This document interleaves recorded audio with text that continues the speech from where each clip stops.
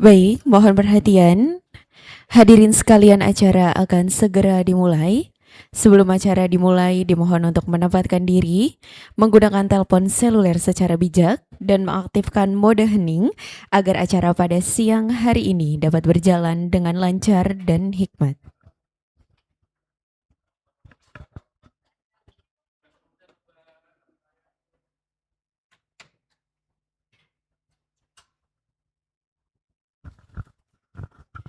Baik, bismillahirrahmanirrahim.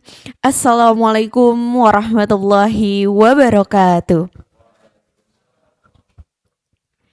Selamat siang dan salam sejahtera bagi kita semuanya. Yang kami hormati Bapak Dr. Nur Jihad SHMH selaku Ketua Program Studi Kenotariatan Program Magister Fakultas Hukum Universitas Islam Indonesia, serta yang kami hormati Bapak Ibu para narasumber yang luar biasa. Yang pertama ada Ibu Fayu Karmila SHMKN, dan yang kami hormati Ibu Titi Rahmiati Putri SHMH, dan yang kami hormati Ibu Tiara Zulfa Primaning Tias SHMKN, serta yang kami hormati Bapak Muhammad Mahathir SH selaku moderator acara kita pada hari ini, serta seluruh rekan-rekan mahasiswa Program Studi Kenotariatan Program Magister Fakultas Hukum Universitas Islam Indonesia yang kami banggakan. Puji syukur kehadirat Allah Subhanahu wa Ta'ala, karena atas berkat rahmatnya kita semua dapat berkumpul di tempat ini dalam keadaan sehat walafiat dalam acara diseminasi tesis Program Studi Kenotariatan Program Magister Fakultas Hukum Universitas Islam Indonesia. Bapak Ibu hadirin yang kami hormati, sebelum memulai acara, marilah kita buka acara ini dengan sama-sama membaca lafaz basmalah. Bismillahirrahmanirrahim. Selanjutnya, marilah kita mendengarkan bersama sambutan yang akan disampaikan oleh Ketua Program Studi Kenotariatan Program Magister Fakultas Hukum Universitas Islam Indonesia, mengundang dengan hormat kepada Bapak Dr.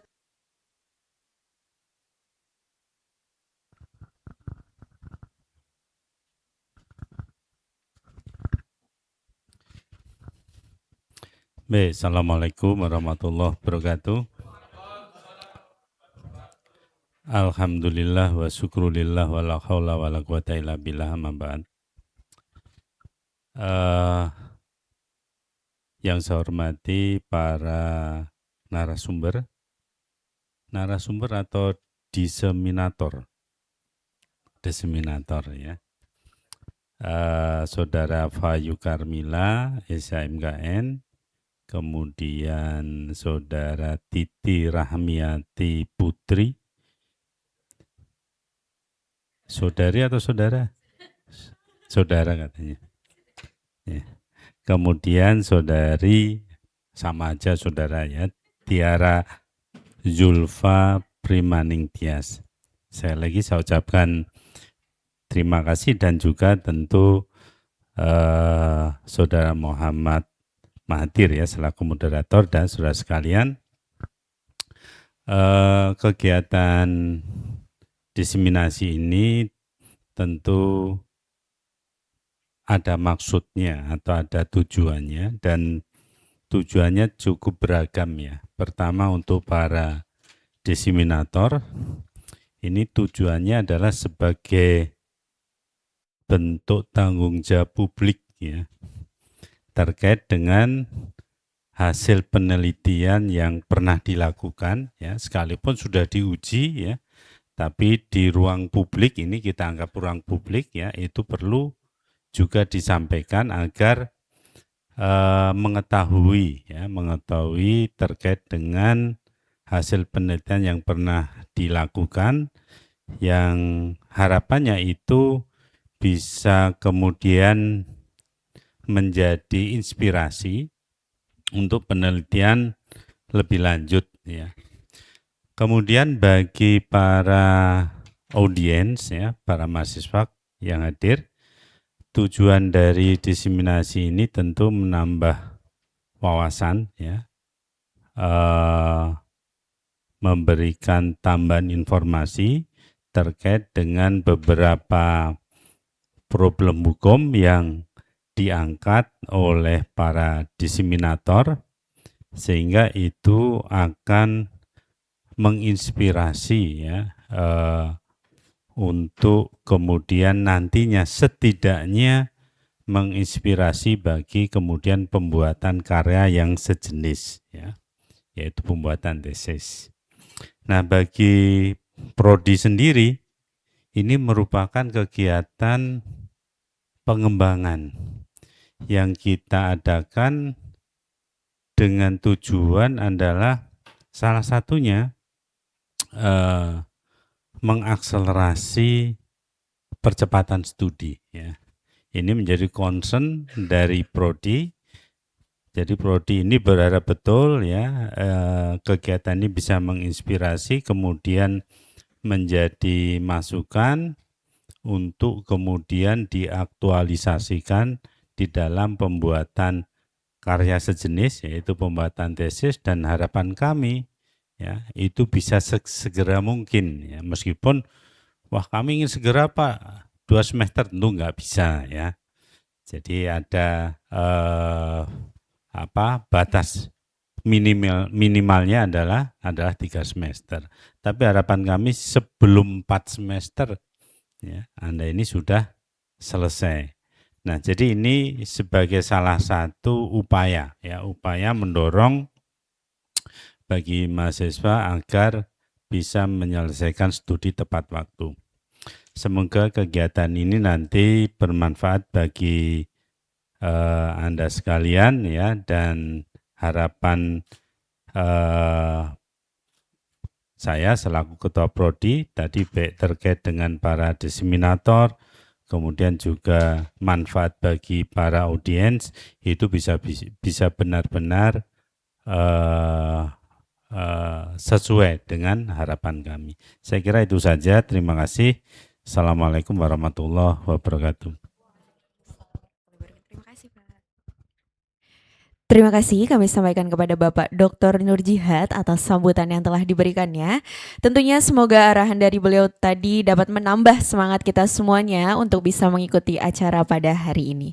Baik Bapak Ibu hadirin yang kami hormati, kini tibalah kita pada inti acara yang paling kita nantikan, yaitu sesi diseminasi tesis yang akan mengupas tuntas tentunya gagasan dan temuan penelitian di bidang kenotariatan. Sesi ini akan dipandu sepenuhnya oleh seorang moderator yang luar biasa tentunya.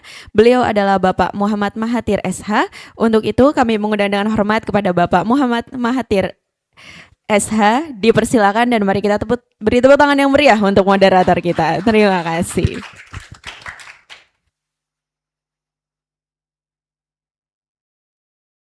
Cek. Ya, bismillahirrahmanirrahim. Assalamualaikum warahmatullahi wabarakatuh. Hari ini adalah kita seminar yaitu diseminasi tesis yang tentunya pematerinya orang-orang yang top yang insya Allah kita akan mengikuti jejak beliau-beliau ini. Semoga cepat dengan 4 semester sudah selesai, Mbak ya. Ya, alhamdulillah. Insya Allah kita bisa lah. Jadi di sini mungkin saya ingin memperkenalkan narasumber kita, yaitu saya menyebutnya Mbak Fayu Karmila SHMKN, yang dimana tesis beliau adalah perlindungan hukum rahasia perusahaan dalam perspektif hukum persaingan usaha, studi putusan KPPU nomor 08/KPPU/2024. Di sini juga telah hadir sama kita yaitu Mbak Titi Rahmiati Putri SHMH. Tesis beliau adalah penyelesaian pembagian hak cipta dan hak atas merek sebagai harta bersama dalam perceraian Islam. Dan ada Mbak Tiara Zulfa Primagitias SHMKN. Tesisnya adalah pelaksanaan tugas jabatan notaris yang menjalani pidana penjara di lembaga permasyarakatan. Nah, mungkin untuk lebih dalamnya, apa yang bisa kita ambil dari tesis-tesis mbak-mbak yang ada di sini, mungkin saya ingin mempersilahkan kepada Mbak Fayu Karmila terlebih dahulu untuk memaparkan isi tesis beliau dengan waktu 25 menit, Mbak. Terima kasih.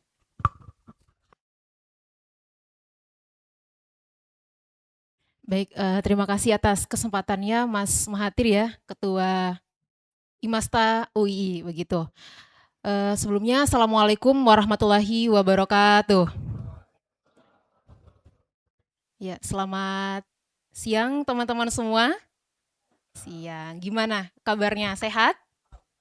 Alhamdulillah. Ini baru selesai kuliah atau hari ini cuma ngikut diseminasi aja? Oh, ada yang kuliah juga? Oh iya. Ini semester berapa ya teman-teman? Oh, semester 2. Oke. Jadi saya teringat juga ya, dulu pun ya duduk juga di bangku di sini juga tepatnya gitu. Meskipun kemarin saya baru wisuda di bulan Oktober. Ya, seperti tepuk tangan dulu ya. Ya, baik, yang saya hormati Pak Nurjihat selaku Ketua Prodi Magister Kenotariatan UI. Sebelumnya terima kasih banyak atas kesempatannya kepada Prodi karena telah memberikan kesempatan yang sangat berharga ini bagi saya untuk bisa sharing session kepada teman-teman semua. Teman-teman di sini mungkin ya, teman-teman di sini saya seperti yang disampaikan oleh Pak Nurjihat tadi adalah diseminator ya, bukan narasumber. Kalau narasumber kayaknya tingkatannya udah cukup tinggi begitu. Jadi di sini saya mau apa ya istilahnya mempresentasikan kembali begitu penelitian yang saya teliti untuk syarat kelulusan Magister Kenotariatan. Tadi sudah disampaikan oleh Mas Mahathir ya, judul tesis saya tadi bahwa di S2 ini saya fokusnya itu ngambilnya hukum bisnis. Begitu. Sebentar ya, ini belum tampil.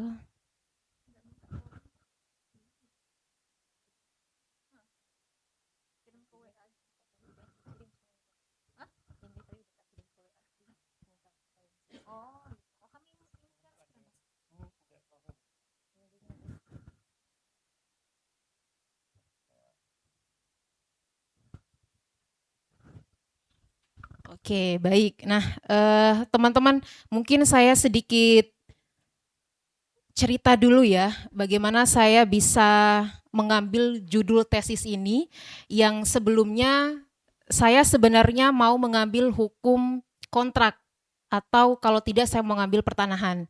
Kemudian pada pengajuan pertama itu saya mengambil tentang sertifikat hak milik seperti itu. Namun ternyata seiring berjalannya waktu terpaksa saya harus mengambil fokus yang lain.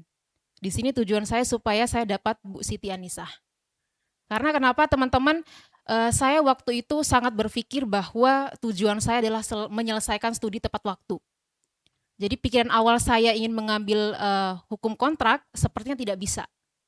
Dan pada akhirnya mau tidak mau saya harus pilih salah satu, mau ngambil hukum kontrak atau saya mau lulus tepat waktu. Ya meskipun kemarin pada akhirnya lebih 1 bulan ya, saya kan masuk 2023 bulan September, kemarin juga lulus ujian tesis juga di bulan September. Tapi kalau perhitungan semester, tetap aja saya lulusnya di semester 5. Begitu, lebih 1 bulan. Jadi judul tesis ini saya siapkan atau saya cari kurang lebih dalam waktu 3 hari.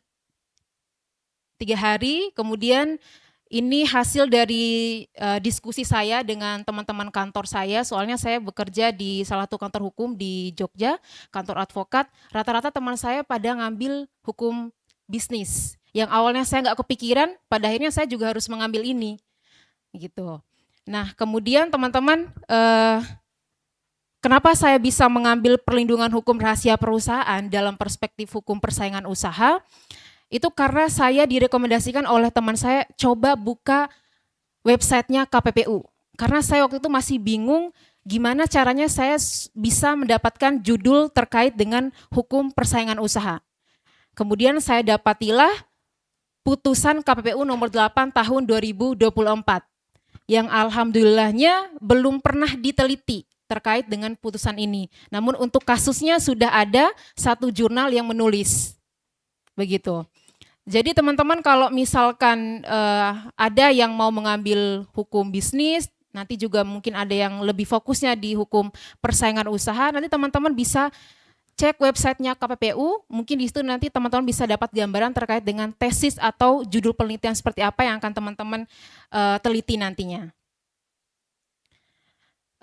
Teman-teman di sini mungkin sudah familiar ya terkait dengan hukum persaingan usaha atau mungkin teman-teman di sini ada yang berkenan nanti atau yang mau begitu ya, mau ngambil hukum persaingan usaha terkait dengan rahasia perusahaan juga, apakah sudah pernah mendengar sebelumnya?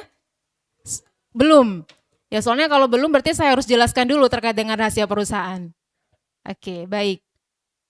Jadi judulnya di sini adalah perlindungan hukum rahasia perusahaan dalam perspektif hukum persaingan usaha, studi putusan KPPU nomor 8 garing KPPU strip L garing 2024.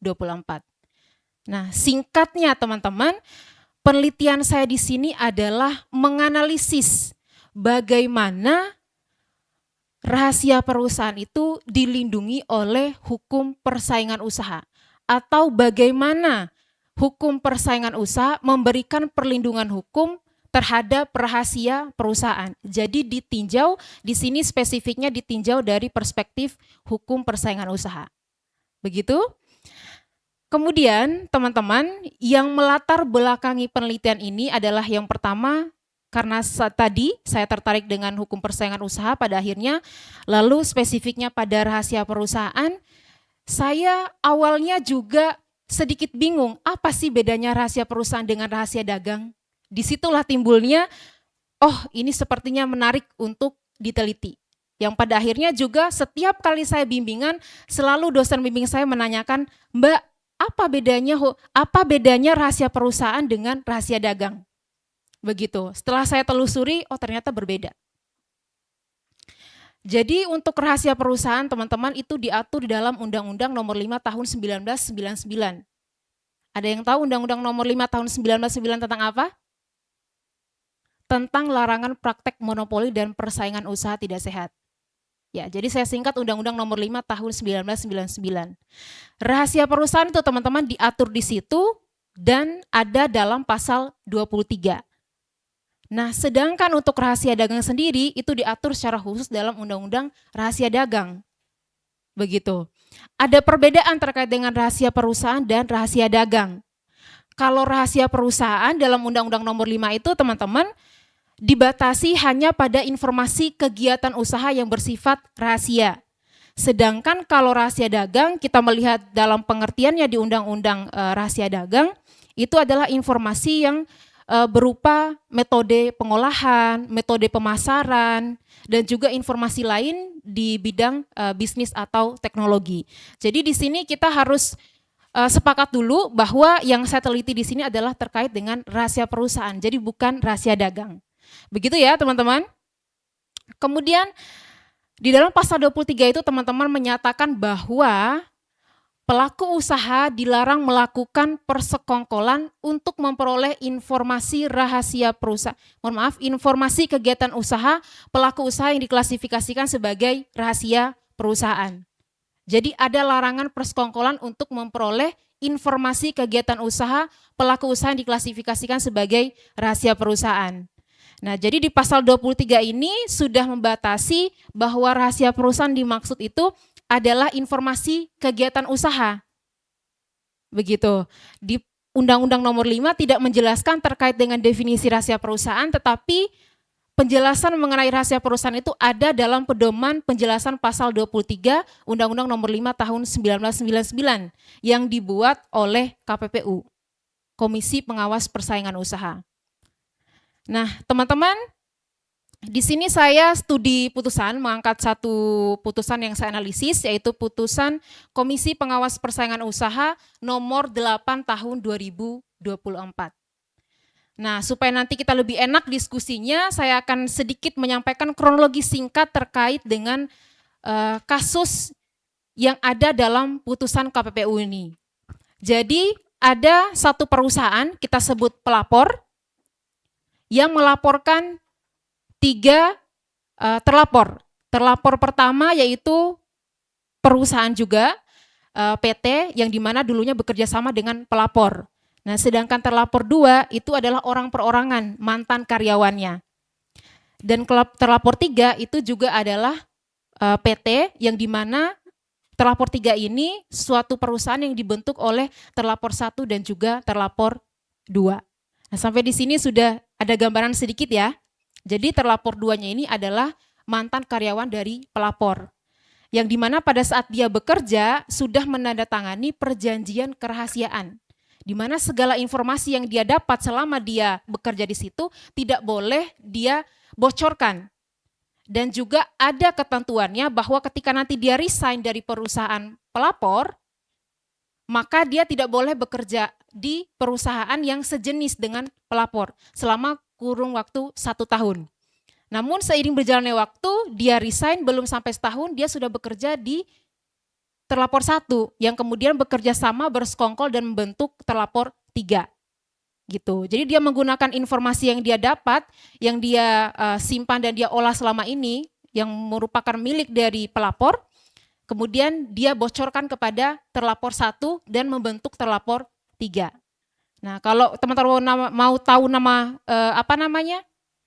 perusahaannya, yang pelapor ini adalah PT Chiyoda Kogyo Indonesia, sedangkan untuk yang terlapor 1 itu PT Maruka Indonesia, terlapor 2-nya adalah Hiro Yoshida, merupakan warga negara Jepang, dan yang ketiga itu adalah PT Uniki Solution.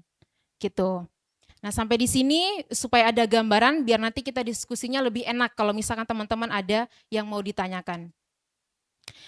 Jadi teman-teman, itulah yang membuat saya tertarik untuk mengambil kasus ini, bahwa saya ingin menganalisis lebih mendalam terkait dengan bagaimana sih bentuk perlindungan hukum rahasia perusahaan ini di dalam Undang-Undang Nomor 5 Tahun 1999. Maka dari itu rumusan masalah saya yang pertama yaitu bagaimana bentuk perlindungan hukum rahasia perusahaan dalam perspektif hukum persaingan usaha, kaitannya dengan persekongkolan untuk mendapatkan rahasia perusahaan milik pihak lain. Yang rumusan masalah pertama ini dari segi normatif dan juga doktrin, sedangkan untuk rumusan masalah kedua yaitu tepatkah pertimbangan hukum Majelis Komisi Pengawas Persaingan Usaha dalam menilai unsur-unsur pelanggaran pasal 23 Undang-Undang Nomor 5 Tahun 1999 dalam putusan KPPU Nomor 8 Tahun 2024. Yang rumusan masalah kedua ini saya analisis putusannya. Gitu. Nah, untuk landasan teori yang saya gunakan yaitu teori perlindungan hukum. Nah, teman-teman mungkin sudah tidak asing ya terkait dengan teori perlindungan hukum, jadi bisa kita skip dan kita lanjut untuk metode penelitiannya, jenis penelitiannya hukum normatif, kemudian untuk pendekatan penelitian ini saya menyesuaikan dengan rumusan masalah saya dan juga variabel yang saya teliti, yaitu pendekatan perundang-undangan, pendekatan konseptual. Dua pendekatan tersebut saya gunakan untuk menjawab rumusan masalah pertama dan pendekatan kasus untuk menjawab rumusan masalah yang kedua. Nah, sedangkan untuk sumber data, teknik pengumpulan data dan juga metode analisis data ini juga menyesuaikan dari jenis penelitian. Bisa kita skip ya. Nah, untuk tinjauan umumnya, nah ini mungkin perlu juga saya berikan gambaran teman-teman terkait dengan apa sih itu hukum persaingan usaha gitu. Nah, kalau menurut Ari Suswanto ya teman-teman, hukum persaingan usaha adalah instrumen hukum yang menentukan tentang bagaimana persaingan itu harus dilakukan. Begitu. Di situ ada dua pendekatan di dalam hukum persaingan usaha yang digunakan, yaitu pendekatan yang bersifat persi ilegal dan juga pendekatan yang bersifat rule of reason. Nah, yang saya gunakan itu adalah rule of reason. Nah, kenapa rule of reason teman-teman? Karena ini pendekatan yang digunakan untuk melihat apakah suatu pelanggaran tersebut menimbulkan persaingan usaha atau menghambat persaingan usaha. Nah, sedangkan kalau yang persi ilegal, ketika suatu hal itu dilarang, maka dia tidak perlu dibuktikan apakah dia menghambat atau tidak menghambat persaingan usaha, gitu, atau menyebabkan persaingan usaha tidak sehat ataukah tidak, gitu. Nah, kemudian untuk rahasia perusahaan tadi sudah saya sampaikan di awal bahwa di dalam Undang-Undang Nomor 5 Tahun 1999 ini terdapat dalam pasal 23. Dan perlu kita clearkan bahwa di dalam pasal 23 itu teman-teman tidak menyebutkan rahasia perusahaan secara spesifik, tetapi informasi kegiatan usaha, pelaku usaha yang diklasifikasikan sebagai rahasia perusahaan. Nah, disinilah menariknya kenapa saya teliti. Karena di dalam Undang-Undang Nomor 5 itu tidak menjelaskan definisi rahasia perusahaan, hanya menyebutkan tadi informasi kegiatan usaha, pelaku usaha. Yang kemudian juga di dalam pedoman penjelasan pasal 23 itu membatasi bahwa rahasia perusahaan yang dimaksud itu adalah informasi kegiatan usaha yang bersifat rahasia. Itu. Nah, untuk bentuk perlindungan hukumnya, ini saya analisis ya teman-teman setelah saya melakukan analisis terhadap Undang-Undang Nomor 5, bahwa bentuk perlindungan hukum yang diberikan oleh Undang-Undang Nomor 5 tahun 1999 ini adalah hanya terhadap informasi kegiatan usaha saja. Tidak mencakup keseluruhan daripada rahasia perusahaan gitu. Nah, sedangkan rahasia perusahaan itu kan tidak hanya informasi terkait dengan kegiatan usaha saja, tetapi juga ada informasi-informasi lain gitu yang bersifat rahasia tapi bukan merupakan informasi dari kegiatan usaha sebuah perusahaan misalkan begitu. Nah, kemudian di dalam pasal 23 itu juga sifatnya adalah larangan terhadap persekongkolan gitu. Jadi dilarang pelaku usaha itu melakukan persekongkolan baik dengan pelaku usaha lain atau dengan pihak yang terkait dengan pelaku usaha lain untuk memperoleh informasi kegiatan usaha milik pesaingnya gitu. Nah, untuk sampai di sini teman-teman ada yang mau ditanyakan dulu atau sudah clear ya? Soalnya kalau misalkan teman-teman sudah clear di awal, nanti kita bisa lebih enak gitu untuk lanjut pembahasannya. Sudah ada sedikit gambaran ya terkait dengan rahasia perusahaan. Oke. Jadi untuk penemuan yang kedua, tadi bentuk perlindungannya sudah saya sampaikan bahwa sifatnya itu adalah larangan dan juga yang dilindungi itu adalah hanya informasi kegiatan usaha yang bersifat rahasia. Gitu. Nah, di sini teman-teman di dalam undang-undang itu saya menemukan ada kekosongan perlindungan hukum preventif. Nah, kenapa di sini ada kekosongan perlindungan hukum preventif? Karena di dalam Undang-Undang Nomor 5 itu ternyata tidak mengatur terkait dengan bagaimana sih langkah-langkah suatu perusahaan untuk dapat melindungi rahasia perusahaannya. Itu tidak ada di dalam Undang-Undang Nomor 5 itu. Nah, kemudian kalau misalkan kita mau membandingkan dengan rahasia dagang, tentunya rahasia dagang itu ada hal-hal yang harus ditempuh supaya dia mendapatkan perlindungan. Misalkan harus dijaga kerahasiaannya antara si pemilik rahasia dagang dengan karyawannya, harus ada perjanjian kerahasiaan seperti itu. Ada langkah-langkah yang dilakukan untuk menjaga kerahasiaannya baru dapat dikatakan atau diberikan perlindungan rahasia dagangnya. Nah, sedangkan kalau rahasia perusahaan di dalam Undang-Undang Nomor 5 ini tidak diatur demikian. Kemudian di sini juga saya menemukan bahwa ada kelemahan perlindungan hukum represif. Jadi ada kelemahan sanksi yang diberikan oleh Undang-Undang Nomor 5 terhadap pelanggaran pasal 23. Jadi di sini kelemahannya apa, teman-teman? Apabila ada pelanggaran rahasia perusahaan, terkhususnya pelanggaran pasal 23, maka yang dikenakan sanksi itu adalah hanya pelaku usaha. Kalau misalkan pelanggarannya bukan pelaku usaha, itu tidak dikenakan sanksi. Nah, buktinya apa? Buktinya itu di putusan yang saya teliti. Nah, tadi ada yang ingat ada berapa terlapor? 3 terlapor ya. Terlapor 1 itu adalah perusahaan ya. Terlapor 2 itu adalah orang perorangan dan terlapor 3 adalah perusahaan juga, badan hukum. Nah, di dalam putusan tersebut teman-teman menyatakan bahwa terbukti secara sah dan meyakinkan bahwa terlapor 1 dan terlapor 2 itu melanggar pasal 23. Nah, sedangkan yang terlapor 3 itu tidak terbukti. Nah, kemudian yang dijatuhkan sanksi berupa denda itu hanyalah terlapor 1. Padahal tadi terbukti juga kan kalau yang orang perorangan terlapor 2 itu melanggar pasal 23 tapi dia tidak dikenakan sanksi gitu. Jadi ada kelemahan di situ. Kemudian karena ada kelemahan tersebut teman-teman, tentunya kan pasti ada kerugian yang dialami oleh pihak pelaku usaha yang dibocorkan rahasia perusahaannya.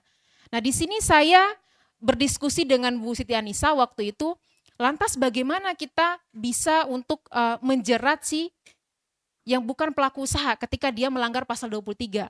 Maka dari itu yang tadi yang harusnya dia diatur secara khusus di dalam Undang-Undang Nomor 5, maka kita kembali lagi di peraturan yang bersifat umum. Tahu nggak di mana? Kalau misalkan terhadap suatu perbuatan yang mengakibatkan kerugian, yang orang yang mengakibatkan kerugian tersebut harus mengganti rugi, itu ada di pasal berapa? Berapa? pasal 1365 KUH Perdata gitu, tentang perbuatan melawan hukum. Jadi di sini setelah saya diskusi dengan Bu Siti Anissa, dosen bimbing saya, bahwa perlu kita mengelaborasi terkait dengan ketentuan pasal 1365 KUH Perdata untuk menjerat pelaku pelanggar pasal 23 yang bukan merupakan pelaku usaha gitu. Nah, kalau pelaku usaha sendiri itu kan teman-teman bisa orang perorangan, bisa badan usahanya bisa yang badan hukum maupun yang tidak badan hukum. Tapi dia kan mendirikan atau berkedudukan di Indonesia dan menjalankan kegiatan usaha gitu. Nah, sedangkan kalau yang terlapor 2 tadi kan adalah orang perorangan gitu, merupakan mantan karyawan. Jadi dia tidak masuk ke dalam kategori pelaku usaha sehingga dia tidak dijerat di dalam pasal 23 ini gitu. Dan juga tidak dikenakan sanksi pelanggaran di dalam Undang-Undang Nomor 5. Nah, untuk itu kalau misalkan si pelaku usahanya mau meminta ganti kerugian kepada meminta kerugian kepada si terlapor 2 tadi, maka dia bisa menggunakan pasal 1365 KUH Perdata, yaitu gugatan perbuatan melawan hukum. Dan dasarnya apa? Nanti bisa digunakan putusan KPPU itu yang menyatakan bahwa dia telah melanggar dengan sah pasal 23 Undang-Undang Nomor 5. Begitu teman-teman, karena keterbatasan waktu, singkatnya yang saya teliti adalah yang sudah saya sampaikan. Terkait dengan ini unsur-unsurnya tadi juga sudah saya sampaikan bahwa terlapor 1, terlapor 2, dan terlapor 3 tadi, yang terbukti terlapor 1 dan juga terlapor 2, sedangkan terlapor 3 yang tidak terbukti. Yang mana untuk kesimpulannya teman-teman, bahwa terkait dengan rahasia perusahaan ini tadi ada kekurangannya, pengaturannya di dalam Undang-Undang Nomor 5 Tahun 1999. Mungkin itu saja yang bisa saya sampaikan ya, karena waktunya sudah selesai. Mungkin nanti kalau misalkan ada pertanyaan dari teman-teman bisa kita diskusikan. Saya kembalikan kepada moderator. Ya, terima kasih banyak Mbak Fayo Karmila atas pemaparan yang sangat bagus ya, apalagi perihal dengan rahasia perusahaan. Mungkin teman-teman nanti setelah Mbak menjelaskan semua tesisnya, pertanyaan sudah bisa disiapkan, nanti kita akan ada sesi tanya jawab. Oke, mungkin mempersingkat waktu, saya berikan kepada Mbak Titi Rahmiati Putri, SHMH, untuk memaparkan tesisnya. Untuk Mbak Titi, dipersilakan.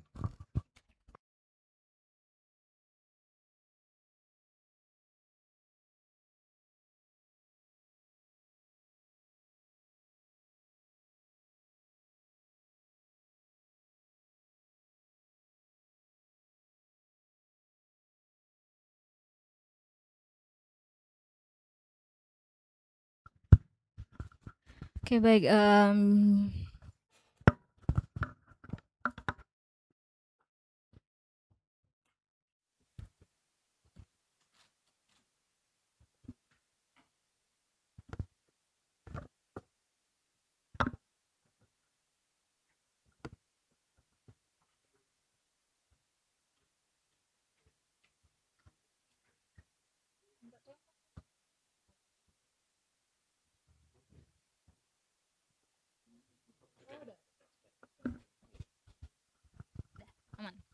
Oke, baik.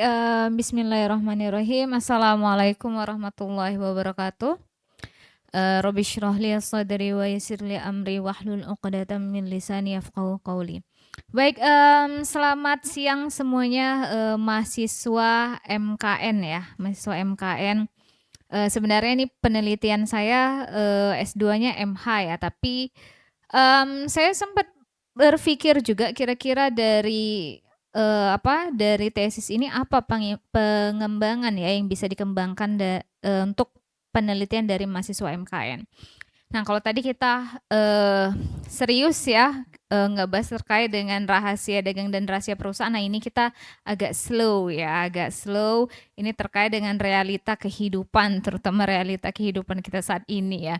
Jadi penyelesaian pembagian hak cipta dan hak atas merek atau HKI sebagai harta bersama dalam perceraian Islam, seperti itu.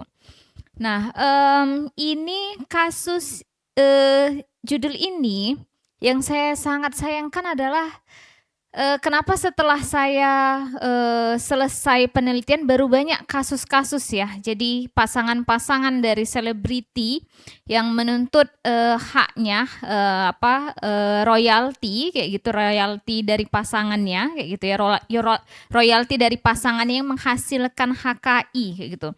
Karena ketika penelitian ini jujur saya tuh sempat mencoba menghubungi Krisdayanti dan segala macamnya, tidak mendapat respon kayak gitu ya. Kemudian ke Pengadilan Agama Jakarta Selatan untuk mendapatkan putusan, karena saya yakin artis kan banyak di Jaksel ya kayak gitu. Jadi putusan-putusan artis kayak gitu yang mereka ada HKI-nya ke Pengadilan Agama Jakarta Selatan ya, mereka sih welcome ya. Cuma memang untuk tertentu ada hal-hal tertentu yang itu memang di bold ya untuk kerahasiaan. Tapi setelah selesai ini baru muncul ya mungkin yang teringat jelas banget kasusnya Inara yang sebelumnya, bukan yang saat ini ya, kasus Inara Rusli yang dia menggugat hak royalti dari lagunya Virgon ya, yang Surat Cinta untuk Starla kayak gitu, yang dia menganggap dia ada andil di situ kayak gitu, itu menjadi harta bersama yang harusnya bisa dibagi ke Inara juga. Nah di sini saya rumusannya itu ada 2. Apakah hak cipta dan hak atas merek yang lahir selama perkawinan dapat dikualifikasikan sebagai harta bersama menurut hukum perkawinan Islam? Karena di sini memang salah satu pembimbing saya Pak Jamil itu memang mempersempit aja kita ke lingkup Islamnya kayak gitu ya. Kemudian bagaimana penyelesaian pembagian hak cipta dan hak atas merek sebagai harta bersama. Jadi yang pertama ini konseptual kayak gitu kan, apakah hak cipta dan hak merek itu dapat dikualifikasikan statusnya dapat menjadi harta bersama kayak gitu untuk sengketa perceraian, dan bagaimana kemudian penyelesaiannya, pembagiannya kalau memang HKI ini dapat dikualifikasikan sebagai harta bersama. Nah, latar belakangnya ini berawal dari sebenarnya ini gara-gara saya baca berita ya, saya baca berita di luar negeri waktu itu kasusnya Michael Douglas, dia seorang artis di Amerika bercerai kayak gitu, kemudian istrinya menuntut royalti atas semua film-film Michael Douglas kayak gitu ya, Michael Douglas, dan itu sempat lama tuh kayak ada bertahun-tahun ya baru endingnya memang diberikan ya hak royalti itu menjadi harta bersama kemudian dibagi kayak gitu. Nah dari situ saya ini bisa nggak sih ya diadopsi di Indonesia, karena memang tidak ada secara eksplisit kayak gitu ya, bagaimana jika ini adalah harta bersama kayak gitu, tidak ada secara eksplisit, hanya saja dapat ditemukan di hasil rapat kerja nasional tahun 2012 kalau nggak salah saya, hakim-hakim Mahkamah Agung itu menyepakati kalau HKI termasuk sebagai harta benda yang tidak berwujud dan dapat katanya dapat menjadi harta bersama. Berarti dapat ini ya kalau memang dimintakan seperti itu ya, dimintakan pembagiannya, dapat menjadi harta bersama, dapat dikualifikasikan sebagai harta bersama. Tapi kemudian kan muncul kalau begitu itu kan tidak berwujud, bagaimana pembagiannya kayak gitu. Nah jadi tadi waktunya 20 menit ya, jadi supaya nanti ada tanya jawabnya juga agak lama ya, saya beberapa nanti bisa dibaca slide-nya, saya mengalir aja. Nah di sini berawal dari HKI itu sebagai ide, kemudian saya berpikir juga potensi sengketa ekonomi HKI dalam perceraian. Jadi di HKI itu kan ada dalam, kalau hak merek ya hak ekonomi, tapi kalau dalam hak cipta di situ ada hak moral kayak gitu yang itu melekat pada si pencipta, dan juga ada hak ekonomi. Nah di antara hak-hak ini mana yang mana sih yang menjadi harta bersamanya kayak gitu, yang kemudian dapat dibagi kayak gitu. Nah di sini juga latar belakangnya kompleksitas pembagiannya ini juga yang menjadi ini menarik untuk diteliti kayak gitu kan ya, kompleksitas pembagian HKI karena dia memang abstrak kayak gitu ya, berupa hak kayak gitu. Nah, kemudian faktor untuk menentukan harta bersama ya dalam kasus HKI ini di bagian mana HKI ini bisa menjadi harta bersama, ketika kapan seperti itu. Nah, ini saya skip aja ya. Di sini saya penelitiannya itu normatif, kemudian pendekatannya konseptual sama peraturan perundangan ya. Ini ada kurang, sama analisisnya deskriptif kayak gitu. Awalnya itu mau empiris ya, karena karena saya hanya wawancara, karena wawancara aja kan tidak bisa untuk menandakan suatu penilaian itu empiris ya. Saya hanya mau wawancara aja ke DSN MUI ya terkait dengan harta bersama ini. Jadi untuk data pokoknya, data primernya yang berupa putusan memang tadinya pengen Krisdayanti, tapi kemudian di Krisdayanti kan ternyata mereka damai kayak gitu ya. Jadi mereka tidak ada menggugat royalti karena memang mereka terkait dengan lagunya itu mereka damai. Jadi kalau Krisdayanti ingin menyanyikan lagu Anang itu harus izin. Jadi tidak jadi kasus ini kayak gitu. Nah, kerangka berpikirnya yang pertama perlu diketahui sesuatu itu dapat disebut harta bersama. Kerangka berpikir saya itu dari perundang-undangan, itu KHI dan undang-undang perkawinan, yang mana mendefinisikan di undang-undang perkawinan harta yang diperoleh selama perkawinan. Jadi selama perkawinan. Jadi HKI itu dapat menjadi harta bersama apabila dia lahir ya dalam perkawinan itu. Kemudian ditegaskan dalam KHI bahwa harta bersama itu sekalipun harta bersama tanpa mempersoalkan terdaftar atas nama siapapun. Jadi sekalipun hak cipta ya, entah buku, lagu atau apa, atau musik ya, lirik, atau hak merek ya, merek atas dagang kayak gitu. Jadi sekalipun itu terdaftar atas nama suami aja, atau atas nama istri aja, itu dapat menjadi objek harta bersama. Ini saya disclaimer terlebih dahulu, dalam artian di sini tidak ada prenupsial ya, jadi tidak ada perjanjian sebelum perkawinan, atau tidak ada perjanjian perkawinan. Perjanjian tidak harus sebelum perkawinan ya. Jadi tidak ada perjanjian perkawinan kayak gitu. Jadi di sini dianggaplah ada percampuran harta.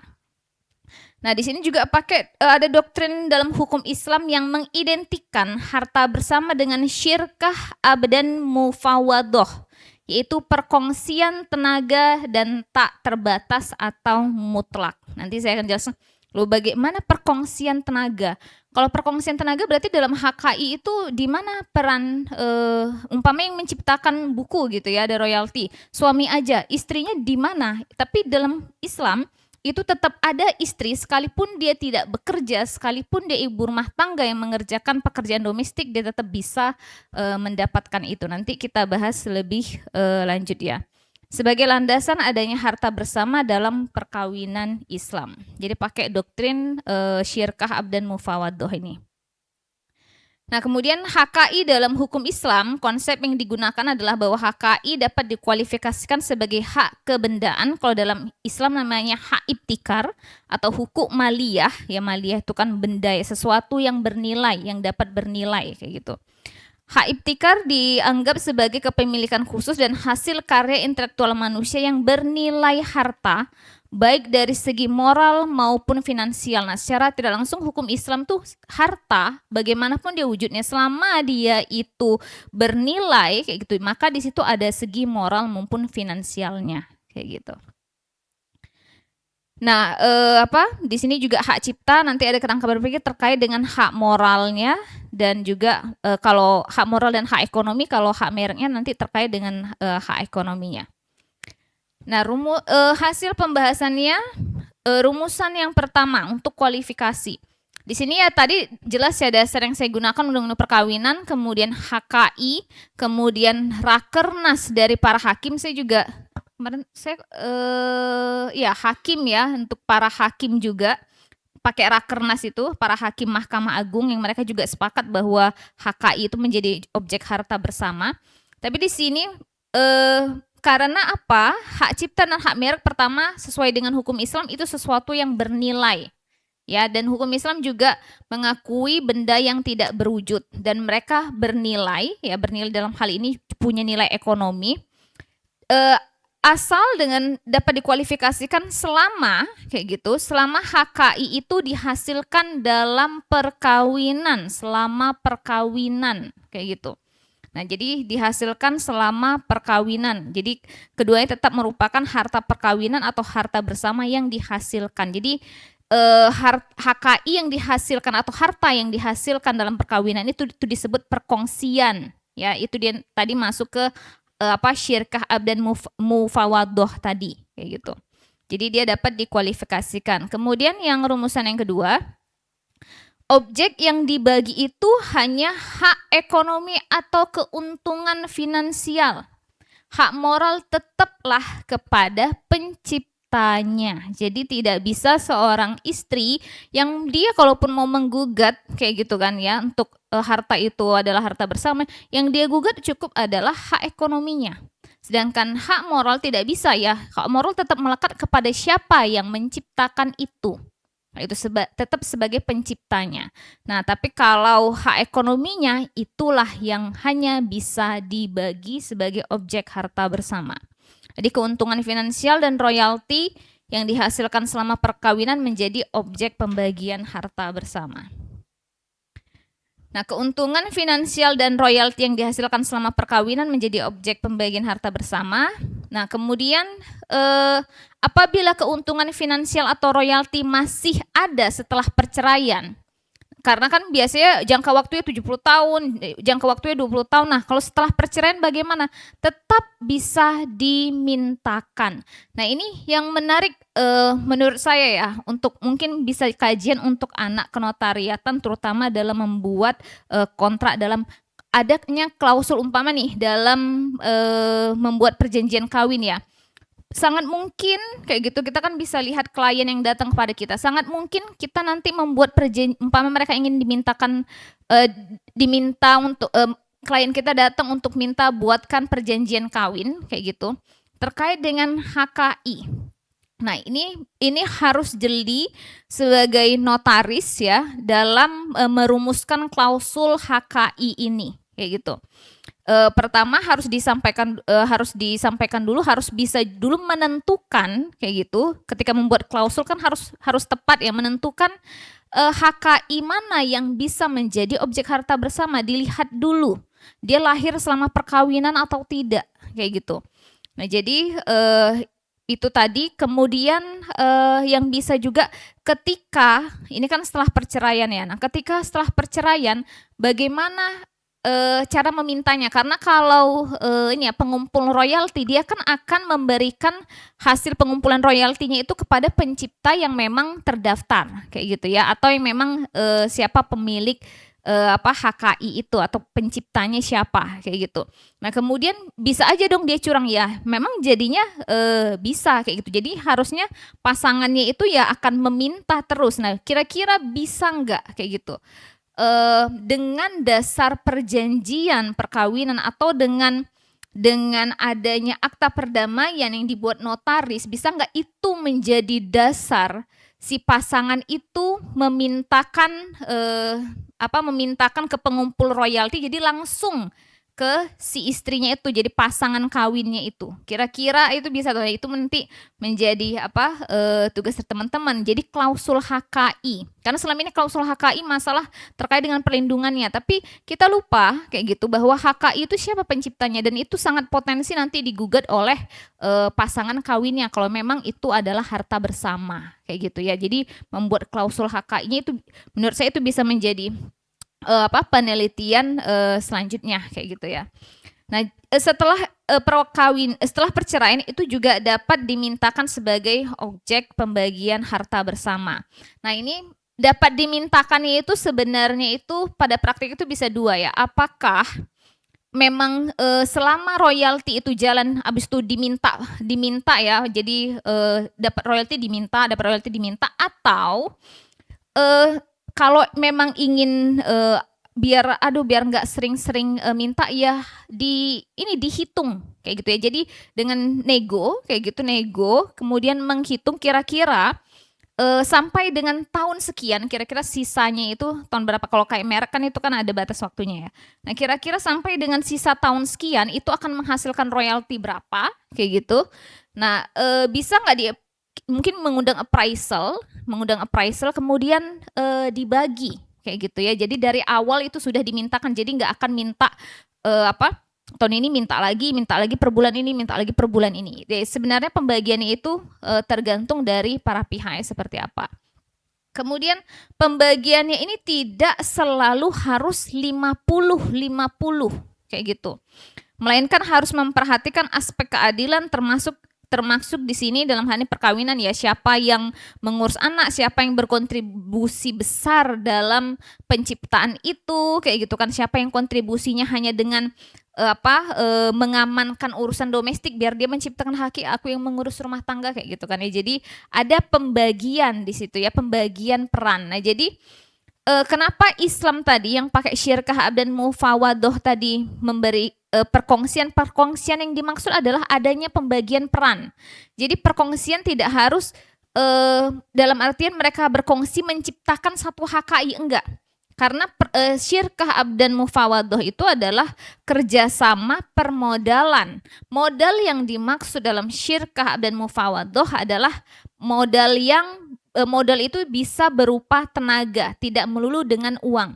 Jadi kalau umpama saya punya buku dan itu royaltinya mengalir terus, sekalipun tidak ada kontribusi umpama dari pasangan saya kayak gitu, dia tetap dapat karena apa? Dia kan punya sebagai suami ini dia punya tanggung jawabnya terhadap kehidupan saya kayak gitu. Begitupun kalau istri, ya memang suaminya yang menciptakan HKI, tapi kan si suami ini bisa tenang menciptakan HKI, bisa kehidupan yang bisa lancar, karirnya bagus, itu kan juga ada dibantu di situ peran istri yang mengurus anak, jadi mengurus urusan domestiknya yang lain. Jadi modal yang dimaksud adalah tidak harus selalu sama-sama menciptakan HKI, tidak. Di situ dia yang perkongsiannya dan mufawadoh karena memang tidak terbatas, mutlak tidak terbatas. Kenapa? Karena ketika perkawinan dan terjadi percampuran harta karena tidak ada perjanjian kawin, di situ kan diniatkan perkawinan itu kan untuk seumur hidup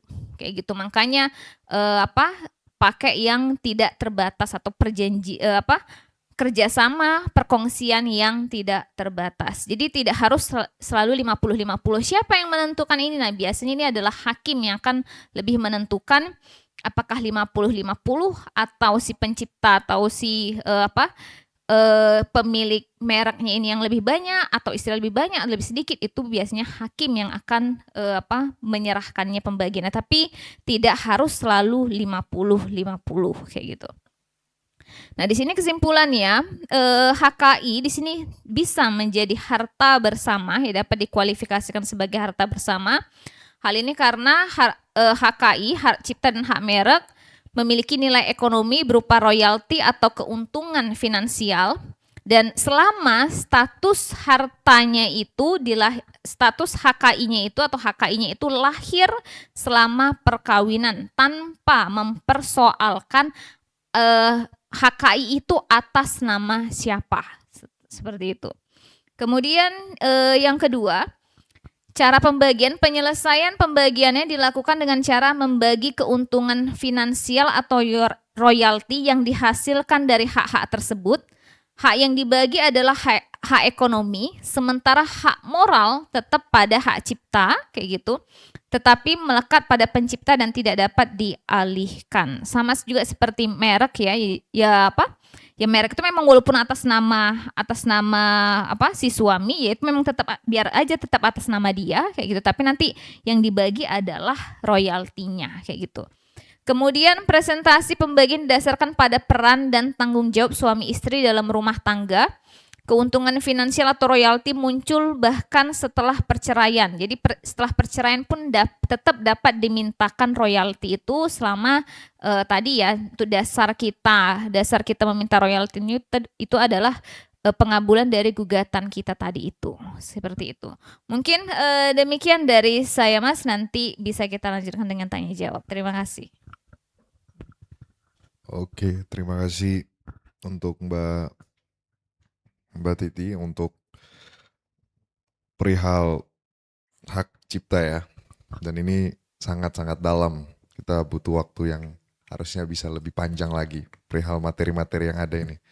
Nah, saya lanjut ke Mbak Tiara Zulfa Prima Niktias SHMKN dengan judul tesisnya Pelaksanaan Tugas Jabatan Notaris yang Menjalani Pidana Penjara di Lembaga Permasyarakatan. Untuk Mbak Tiara, saya persilahkan. Baik, terima kasih Mas Fahatir ya. Assalamualaikum warahmatullahi wabarakatuh. Selamat siang teman-teman, masih semangat ya ini mendengarkan materi ya. Ya, di sini saya berdiskusi dengan teman-teman sekedar sharing bagaimana pengalaman saya ketika menyelesaikan tesis saya, karena di sini juga saya sudah lumayan lama untuk tamat dari kenotariatan, yaitu tahun 2020. Jadi sudah cukup lama mengerjakan tesis di sini. Jadi saya hanya sekedar sharing kepada teman-teman bagaimana cara saya untuk mendapatkan judul tesis atau menemukan ide-ide untuk dikembangkan menjadi tesis. Nah, di sini untuk judul tesis saya, di sini judul tesis saya yaitu pelaksanaan tugas jabatan notaris yang menjalani pidana penjara di lembaga pemasyarakatan. Nah, di sini bagaimana sih saya bisa menemukan judul tesis yang saya pilih ini? Pertama saya mencari kasus dulu tentang seputar kenotariatan. Pasti kan seputar kenotariatan banyak sekali ya contoh-contoh kasusnya seperti itu. Kemudian setelah itu saya melakukan prapenelitian terhadap kasus yang terpilih.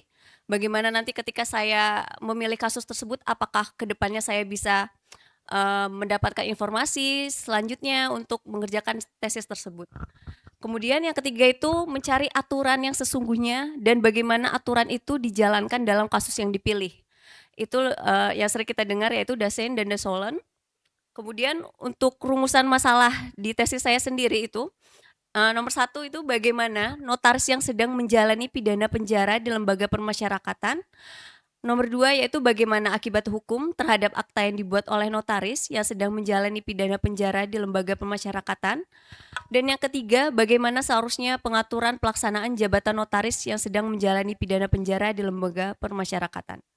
Pasti di sini teman-teman sudah cukup sering mendengar peraturan tentang Undang-Undang Jabatan Notaris, yaitu yang Undang-Undang Nomor 2 Tahun 2014 itu kan di mana ada di pasal 13, notaris diberhentikan dengan tidak hormat oleh menteri karena dijatuhi pidana penjara berdasarkan putusan pengadilan yang telah memperoleh kekuatan hukum tetap karena melakukan tindak pidana yang diancam dengan pidana penjara 5 tahun atau lebih.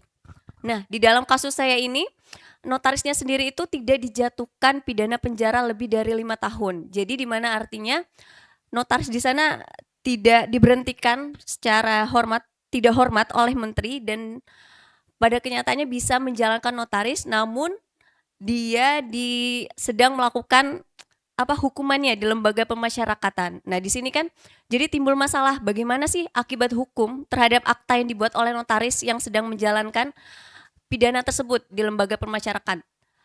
Kita juga kadang sebagai klien kan itu nanti pasti bertanya-tanya, kalau misalnya kita ada urusan di notarisnya tersebut, apakah aktanya tersebut tetap kuat di mata hukum atau bagaimana begitu.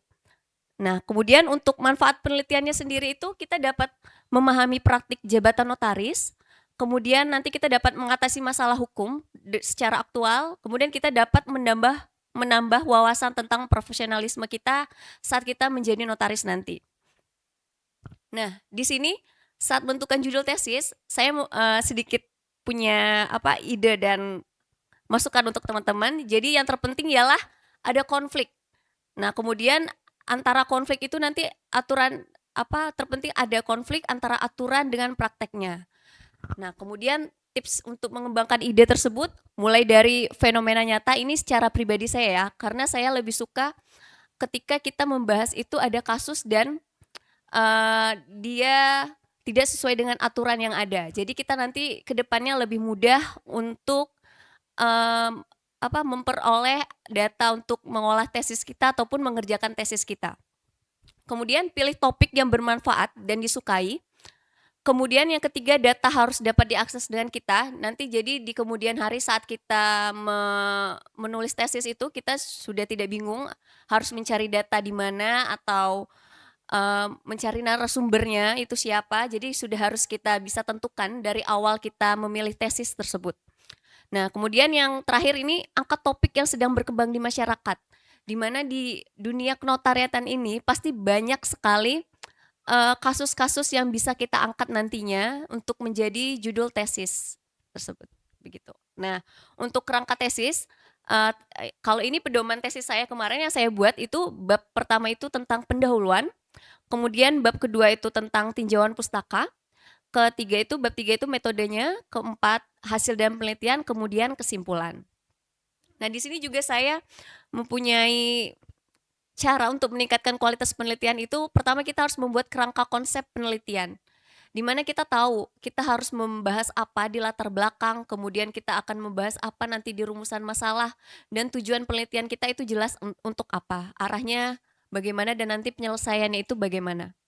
Kemudian kita perkuat argumentasi dengan teori dan data yang telah kita peroleh. Kemudian ada gunakan teknik analisis yang tepat, bagaimana kita menganalisis kasus kita ataupun hal apa yang nanti kita kerjakan untuk tesis kita. Nah, ini juga kita bisa tambahan untuk dapat mengerjakan tesis dengan baik. Itu kita bisa mengikuti seminar ataupun diskusi hukum seperti yang teman-teman sedang kerjakan sekarang juga bisa menjadi suatu masukan nanti untuk dapat mengerjakan tesis dengan mudah, dengan gampang dan cepat. Pastinya teman-teman juga ingin cepat untuk tamat dari magister kenotariatan ini ya. Karena kan juga kalau misalnya teman-teman nanti mau jadi notaris masih cukup panjang step-stepnya ya. Begitu ya teman-teman. Nah, kemudian di sini saya mempunyai kesimpulan nih gimana kita dapat mencari judul tesis itu dengan cepat, dengan mudah. Bagaimana sih caranya? Pertama kita mulai dengan pertukaran ide. Kayak kita diskusi awal aja, misalnya sama rekan-rekan teman-teman satu angkatan itu. Nanti kan bisa kita sharing bagaimana iya ternyata misalnya ada kasus nih atau apa. Nah, itu bisa dijadikan suatu topik nanti bagi teman-teman untuk menjadikan topik tersebut jadi ide untuk penulisan tesis di kemudian hari. Nah, kemudian ini ada bangun komunikasi rutin dan respon cepat. Ini nanti di saat bimbingan ya teman-teman. Jadi nanti saat bimbingan juga setelah kita tahu siapa pembimbing kita, diharapkan juga teman-teman dapat responsif. Maksudnya jangan mengulur-ngulur waktu ketika sudah ada ide ataupun hal yang perlu didiskusikan dengan pembimbing kalian, segera didiskusikan karena hal itu juga salah satu cara saya juga untuk mempercepat proses penyelesaian tesis kita begitu. Kemudian nanti ada saling memberi feedback saat bimbingan sama itu terhadap pembimbing kita, bagaimana kemajuan kita selama menulis tesis tersebut, apa saja yang harus kita kembangkan lagi agar tesis kita itu nantinya dapat selesai dengan baik begitu teman-teman. Nah, untuk selanjutnya itu gunakan platform bersama. Kalau sekarang kan udah ada kayak Google Docs atau lebih mungkin juga kalian bisa, kalaupun pembimbingnya jauh atau apa juga bisa pakai Zoom meeting atau apa begitu ya teman-teman, agar proses transparan dan cepat saat waktu bimbingan. Nah, jadi teman-teman, di sini saya membuka diskusi kepada teman-teman jika misalnya nanti ada pertanyaan tentang seputar kenotariatan, bagaimana cara teman-teman bisa menentukan judul tesis, ataupun teman-teman juga boleh bertanya tentang setelah tamat dari kenotariatan bagaimana sih yang harus kita hadapi atau apa saja sih step-stepnya untuk menjadi notaris teman-teman. Seperti itu ya. Mungkin nanti kita selebihnya bisa kita diskusikan di sesi pertanyaan gitu ya. Soalnya tadi dari mbak-mbaknya materinya sudah sangat bagus. Teman-teman juga pasti udah mendapatkan materi yang sangat baik seperti itu. Baik Mas, seperti itu dari saya untuk sharing-sharing tesis kali ini. Terima kasih. Oke, terima kasih Mbak. Nah, jadi Kalau Mbak Tiara tadi lebih ke gimana mempermudah untuk penyusunan dan lain-lain, tips and trick lah. Oke, mungkin kita masuk ke pertanyaan ya. Jadi silahkan bertanya untuk kita buka 3 pertanyaan dulu. Terserah nanti ke narasumbernya itu bebas. Dari teman-teman ada yang mau bertanya? Oke, Masnya. Ada mikrofon nggak?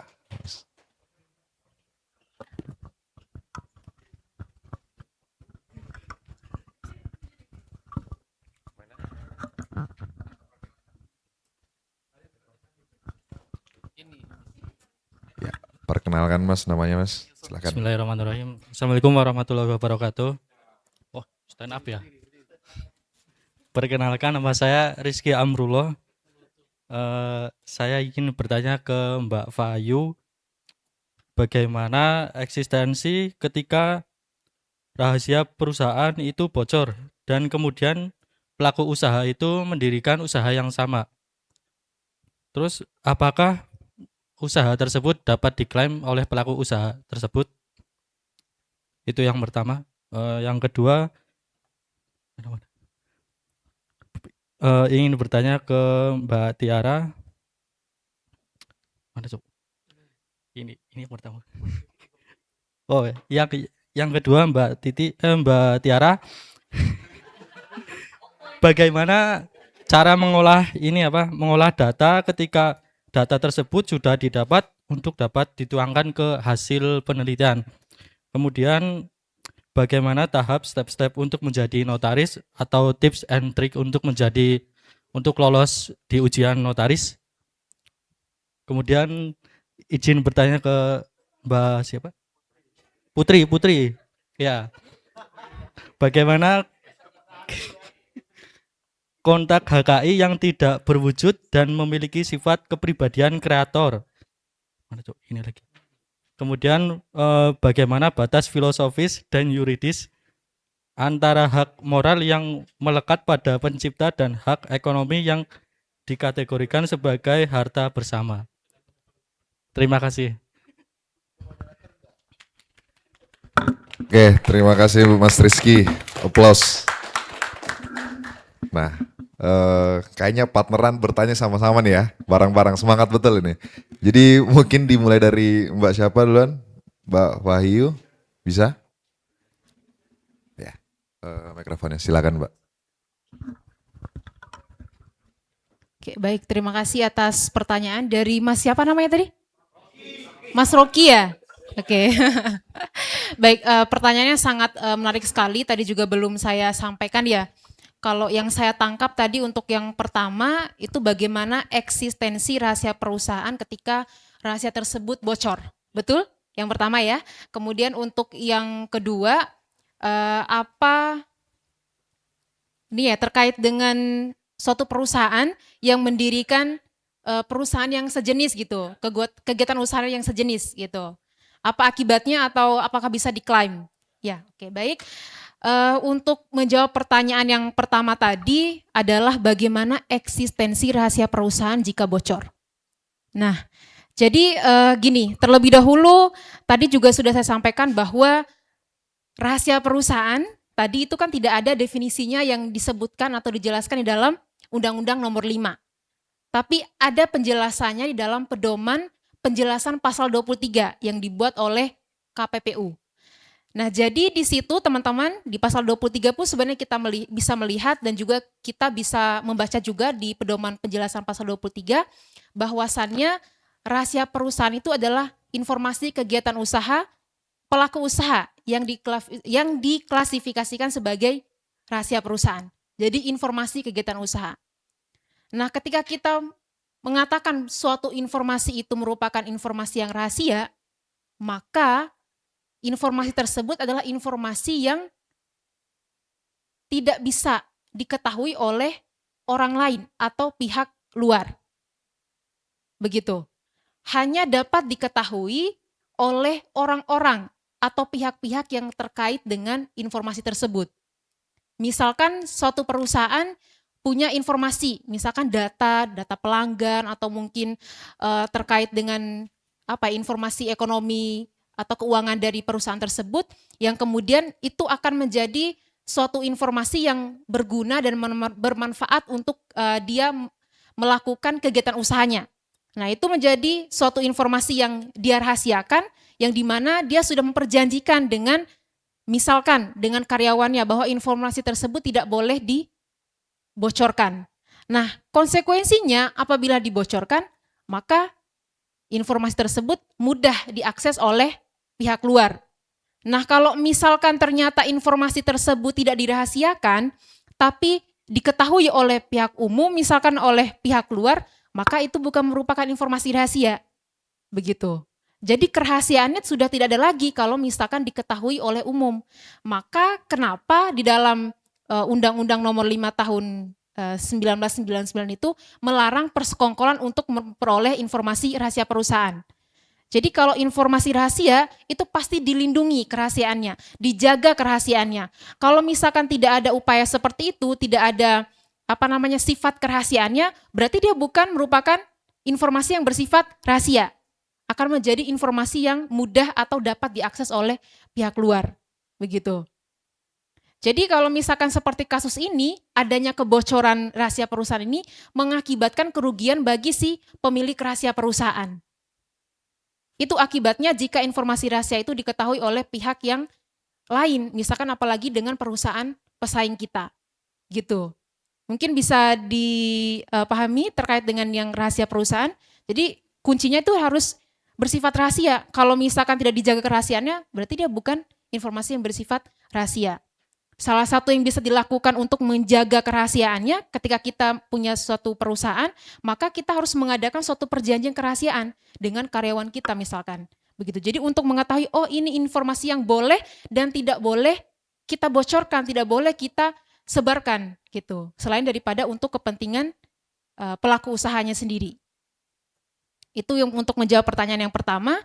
Kemudian tadi untuk pertanyaan yang kedua, jadi ini sangat sesuai juga dengan kasusnya, di mana tadi mantan karyawan ini dia bekerja di perusahaan yang sejenis dengan pelapor. Padahal sebelumnya dia sudah menandatangani perjanjian. Ketika dia resign, dia keluar dari perusahaan pelapor, maka dia tidak boleh bekerja di perusahaan lain yang kegiatan usahanya sejenis dengan si pelapor. Itu dilanggar. Lalu kemudian bersekongkol untuk membocorkan rahasia perusahaan milik si pelapor. Lalu membentuk perusahaan yang baru. Nah, perusahaan yang baru inilah kalau berdasarkan putusan KPPU terbukti bahwa kegiatan usahanya itu sama dan sejenis dengan usahanya pelapor. Nah, sehingga kalau misalkan kita lihat dengan adanya persekongkolan itu, maka dia sudah memperoleh informasi yang dia gunakan untuk mengembangkan perusahaan baru yang didirikan oleh terlapor 1 dan juga terlapor 2. Kalau pertanyaannya apakah bisa diklaim, itu akan lebih jauh lagi ya pembahasannya. Namun di sini dengan berdirinya terlapor 3 yang merupakan perusahaan yang didirikan oleh terlapor 1 dan juga terlapor 2, itu sudah mengakibatkan persaingan usaha tidak sehat. Karena kenapa? Dia mencuri atau mengambil data milik perusahaan yang sejenis dengannya, yang itu merupakan pesaingnya juga, yang dia gunakan, yang seharusnya dia itu bertumbuh sedikit demi sedikit gitu ya, lalu menjadi perusahaan yang kuat, tapi dia baru hadir, tapi dia sudah menguasai pasar. Nah itu yang mengakibatkan persaingan usaha tidak sehat gitu. Jadi harus di-clearkan dulu bahwa persaingan usaha yang sehat itu adalah persaingan yang memang ya berjalan dengan apa adanya, tidak dilakukan dengan cara-cara yang tidak jujur atau melawan hukum. Begitu. Bisa dimengerti, Mas? Oke, jadi kalau misalkan bisa diklaim atau tidak, ya itu kan perusahaan yang didirikan ya. Tapi kita bisa lebih fokus kepada apakah betul dia menggunakan informasi milik pelapor untuk dia menjalankan kegiatan usahanya. Lebih ke situ. Jadi kalau pertanyaan yang tadi terkait dengan mengklaim atau tidak, nah itu juga perlu untuk pembuktian ya. Kalau perusahaannya kan dia berdiri sendiri, tapi dia menggunakan informasi yang merupakan milik dari pelapor untuk menjalankan kegiatan usaha dia. Gitu.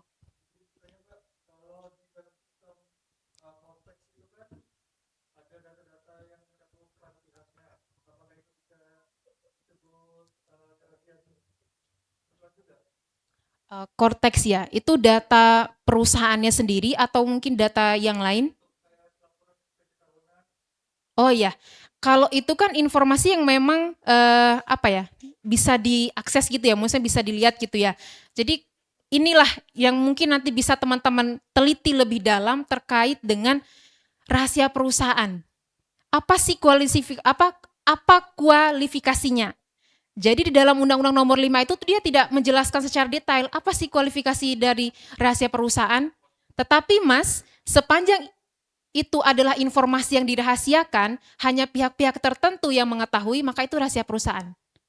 Kalau dia masuk kategori informasi kegiatan usaha.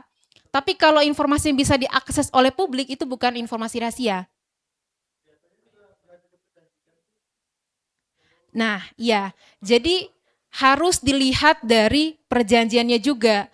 Kalau dalam tesis saya ini memang ada hal-hal yang diperjanjikan. Informasi apa saja yang tidak boleh dia bocorkan gitu.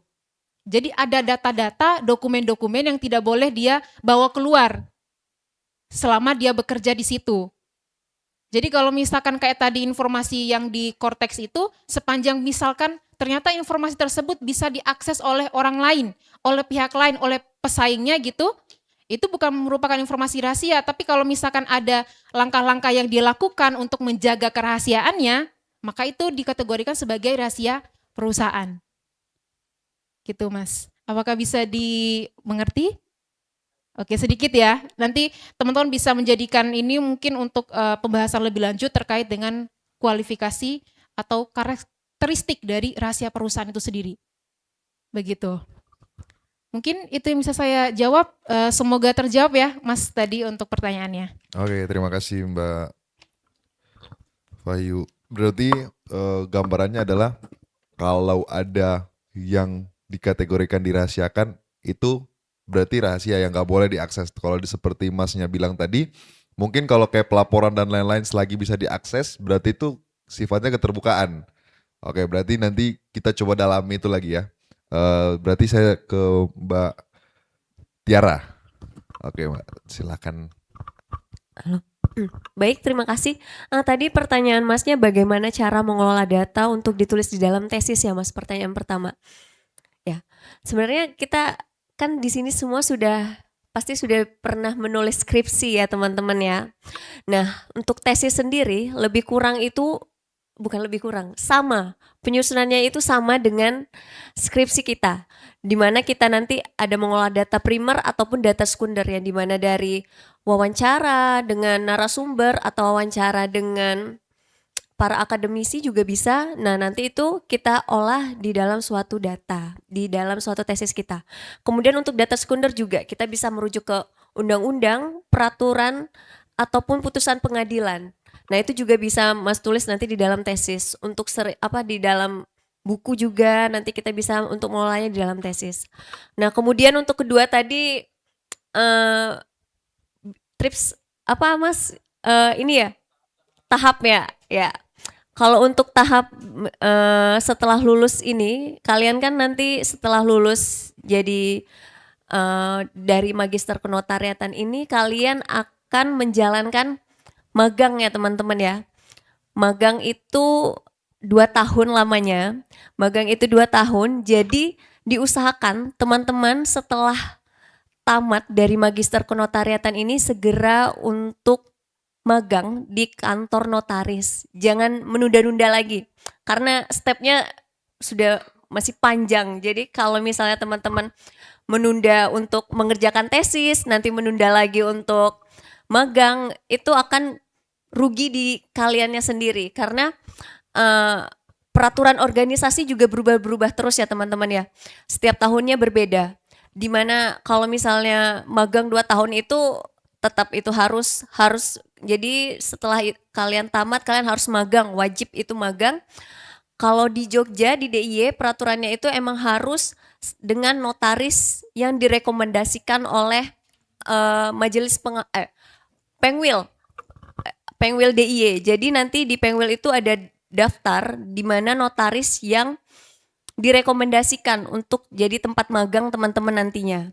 Nah, jadi ketika magang pun sama, kalian juga harus benar-benar mengetahui cara bekerja di kantor notaris, menyelesaikan suatu permasalahan ketika klien datang, karena teori dengan prakteknya di lapangan itu akan berbeda sekali teman-teman.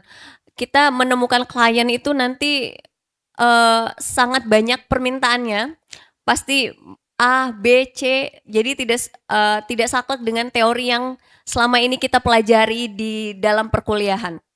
Dan itu teman-teman juga harus benar-benar mengikuti runtutan ketika kalian magang. Datang ke kantor notarisnya, ikuti jam kerjanya, benar-benar melakukan kegiatan. Kalaupun misalnya notarisnya yang tidak aktif, kalian yang aktif. Misalnya minta pekerjaan, minta mengerjakan akta apapun, jadi kalian ketika nanti setelah magang itu ada hasilnya teman-teman. Kalian mengerti bagaimana cara membuat PT ataupun perjanjian-perjanjian lainnya itu kalian mengerti. Nah, kemudian setelah selesai mengerjakan magang selama 2 tahun itu nanti kalian ada kalian juga mengumpulkan poin ya teman-teman ya, nanti ada mengikuti seminar. Di sana juga kalian bisa upgrade ilmu kalian untuk menambah wawasan kalian. Di seminar itu kalian juga harus mengikuti seminar yang dilaksanakan oleh Pengwil ataupun bisa Pengwil pengurus pusat, wilayah ataupun daerah teman-teman, ada 3 nanti. Jadi kalian mengikuti seminarnya, kemudian kalau di zaman saya masih mengumpulkan poin teman-teman. Jadi ada poinnya, setelah misalnya nanti poinnya 24 kalau nggak salah, nanti kalian sudah bisa mengikuti ujian kenotariatan.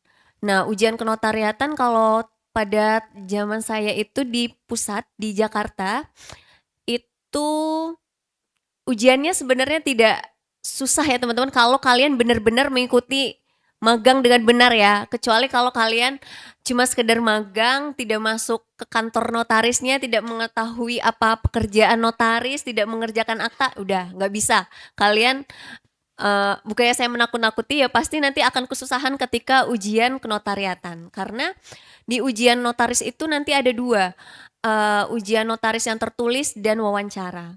Ketika saya itu wawancaranya bukan oleh notaris DI ya teman-teman, tapi notaris yang menjadi pengurus di pusat. Jadi notaris dari berbagai daerah itu ikut menjadi yang mewawancarai kita. Nah, di sana kita akan dites secara tertulis dan wawancara. Setelah itu nanti baru kita diberitahu apakah kita akan lulus ujian atau tidak, begitu teman-teman. Karena kita kembali lagi ke organisasi, bagaimana keadaan organisasi kita nanti ketika teman-teman akan mengikuti ujian. Pasti nanti akan ada perbedaan antara zamannya waktu saya mengikuti ujian ataupun teman-teman saya kemarin ketika mengikuti ujian, pasti akan ada perbedaannya. Tapi lebih kurang seperti itu ya teman-teman, bagaimana runtutan untuk kita menjadi notaris. Yang terpenting menurut saya jangan menunda. Jadi misalnya udah ada ide untuk mengerjakan tesis, segera dilakukan, segera dikerjakan, kemudian segera setelah tamat segera langsung untuk magang di kantor notaris, karena itu membutuhkan waktu yang lama teman-teman, 2 tahun. Jadi jika kalian tidak langsung magang itu akan membuang waktu teman-teman lagi, lebih lama lagi teman-teman, seperti itu. Seperti itu ya teman-teman. Nanti kalau misalnya mau ada pertanyaan lagi tentang kenotariatan, nggak Bapak bisa tanya sama saya. Terima kasih. Nah, terima kasih Mbak Tiara. Jadi ternyata menjadi notaris ini nggak segampang itu Mbak ya. Banyak tahap-tahap yang akan dilalui habis dari gelarnya, kita magang 2 tahun sampai pengumpulan poin. Oke. Dan kita ke Mbak Titi Rahmiati Putri untuk pertanyaan tadi. Baik, terima kasih. Terima kasih Mas pertanyaannya. Tapi saya yang pertama itu saya agak kurang jelas ya. Yang pertama itu pertanyaannya apa ya? Sebelum yang landasan yuridis. Oh ya.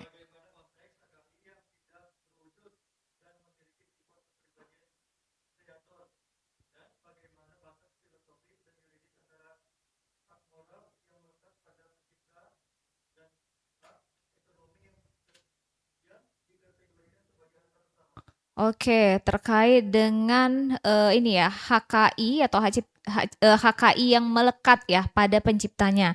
Ya, terkait dengan hak yang melekat pada pribadi atau yang seperti mencirikan khas pribadi dari yang menghasilkan HKI itu ada salah satunya di jenis hak cipta ya. Nah, makanya tadi saya bilang itu tergambarkan dengan adanya hak moral. Kenapa? Hak moral inilah yang menandakan hak eksklusif kayak gitu, yang menandakan seperti penghargaan ya, penghargaan kepada seseorang atas hasil karya karya ciptaannya itu. Makanya dalam hal ini untuk hak moral itu karena dia memang memiliki ciri khas ya, dia mencirikan khas dari penciptanya, dia itu tidak boleh dan memang tidak dapat dibagikan dalam hal ini. Makanya hak moralnya ya akan terus dia nama atas orang tersebut kayak gitu. Jadi tidak bisa si pasangan kawin ini kayak gitu itu menuntut kayak gitu ya. Jadi itu menjadikan ciri khas. Ini menarik ketika kasusnya Nyonya Soeharti ya. Ayam goreng Nyonya Soeharti itu dulu tuh kan suami istri ya. Itu mereka suami istri, makanya sekarang tuh kan mereknya itu kan ada 2 ya, terkait dengan merek gambar ya, terkait dengan Nyonya Soeharti. Nah, itu kan berawal dari mereka tuh kan awalnya suami istri kayak gitu ya, suami istri kemudian mereka bercerai kayak gitu. Tapi karena mereka ingin tetap usaha ayamnya ini tetap jalan dan masyarakat itu sudah mengerti kalau ayam yang enak ini atas gambar merek dagang yang seperti ini kayak gitu. Nah, kemudian mereka berdamailah kayak gitu kan, mereka nggak nuntut royalti atau segala macam, mereka berdamai. Oh, kalau yang ayam Nyonya Soeharti yang gambarnya satu gambarnya ayam ya, yang satu kalau nggak salah gambarnya ibu-ibu ya. Saya kok jadi lupa. Nah, tapi ada pembedanya kayak gitu. Nah, kalau yang logonya seperti ini itu punya suami, yang logonya ini seperti ini merek istri. Nah, kenapa? Karena itu sudah menjadi ciri khas ya, ciri khas apalagi terkait dengan usaha ayam gorengnya kayak gitu. Nah, tapi mereka berdamai, mereka hanya merubah beberapa strukturnya itu kalau terkait dengan merek. Tapi kalau terkait dengan ciptaan ya itu tidak bisa, jadi memang tetap atas siapa penciptanya seperti itu. Nah, kemudian kalau untuk batasan ya, landasan yuridis ya, batasan terkait dengan pembagiannya itu. Jadi sebenarnya untuk menentukan, sebenarnya pertanyaannya itu akan menarik ketika ada HKI yang dia selesai sebelum perkawinan. Contohnya saya punya buku ini selesai sebelum saya menikah, tapi buku ini belum saya monetisasi, belum saya jual, belum saya bisniskan kayak gitu. Tapi saya bisniskan buku ini setelah perkawinan kayak gitu. Nah, itu akan sebenarnya bisa menjadi pertanyaan, apakah ini menjadi objek harta bersama? Tapi kalau berdasarkan penelitian ini jawabannya adalah kalau walaupun HKI ini dihasilkan sebelum perkawinan, bukunya ya, dalam hal ini ciptaan bukunya ini sebelum perkawinan, tapi belum menghasilkan hak ekonomi, karena balik lagi yang dibagi itu apa sih? Yang dibagi itu adalah hak ekonominya. Jadi baik di undang-undang hak cipta kayak gitu, kenapa hak cipta itu dapat masuk kategori benda? Karena dia dapat dialihkan kayak gitu dan mendatangkan manfaat ekonomi. Hak merek juga adalah aset komersil kayak gitu. Nah, aset komersil yang dapat dialihkan, dilisensikan sebagai macam, itulah sebagai ciri khasnya kayak gitu. Hanya saja khasnya benda yang tidak berwujud. Jadi sebenarnya landasan yuridisnya itu termasuk juga di undang-undang perkawinan, tadi udah saya sebutkan, sama undang-undang sama KHI. Jadi kemudian ditarik benangnya adalah karena yang akan dibagi adalah hak ekonominya, jadi kita harus tarik lagi benang merahnya, mulai kapan hak ekonominya itu dihasilkan atau dikeluarkan atau diciptakan. Disitulah dia parameternya kayak gitu. Nah, jadi walaupun umpama bukunya ini tercipta ada setelah perkawinan, tapi kalau memang baru dimonetisasinya ya, dibuat hak ekonominya setelah dia perkawinan, nah itu sudah masuk kepada harta bersama. Nah, sebenarnya memang hak tidak berwujud ini terutama untuk notaris ya dalam membuat klausul itu memang sangat hati-hati banget, karena memang harus tahu hukum kebendaan ya, bendanya apa, bagaimana kepemilikannya, pemindahan kepemilikannya seperti apa, lagi terutama terkait dengan benda-benda tidak berwujud yang dia hanya bisa diukur ekonominya dengan appraisal atau penilai. Itu dari saya, Mas. Terima kasih ya atas pertanyaannya. Ya, terima kasih untuk Mbak semua, karena waktu kita yang terbatas. Sebelum penutup saya minta dari Mbak Titi bisa kasih kata-kata sedikit untuk teman-teman, untuk penyemangat sebagai penutup kata-kata hari ini. Silakan Mbak ya. Aduh, saya tidak bisa berkata-kata, tapi saya memang dosen di Fakultas Hukum UII kayak gitu. Ya, untuk memotivasi, saya yang pasti fokus ya. Saya alhamdulillah S1 hukum bisnis ya, hukum perusahaan. Kemudian S2 kayak gitu, S2 galau waktu itu mau UGM atau UI ya, tapi karena saya di kantor lawyer kayak gitu yang membutuhkan waktu Senin sampai sore, dan UI yang membuka sore sampai malam pada saat itu ya, kelas sore sampai malam dan di weekend, jadi saya memilih UI. Dan ketika di UI saya kok pengen tantangan baru, jadi saya agak menambah challenge saya untuk ke bisnis syariah kayak gitu, sampai dengan saat ini dosen juga hukum bisnis hukum bisnis syariah. Dan untuk penelitian itu sangat banyak ya. Saya aja bisa terinspirasi membuat penelitian tuh dari film, dari diskusi kayak gitu ya, bahkan dari tesis-tesis atau tugas akhir. Orang percayalah, tidak ada tugas akhir yang itu benar-benar sempurna kayak gitu. Mereka ada celah, atau kalau teman-teman baca jurnal di bagian bawah itu biasanya ada tertulis batasan atau limitasi kayak gitu, atau biasanya ada beberapa jurnal itu ada menuliskan kekurangan kelemahannya kayak gitu. Ada beberapa jurnal yang kayak gitu, itu ambillah kelemahannya yang barangkali bisa menjadi objek penelitian kayak gitu.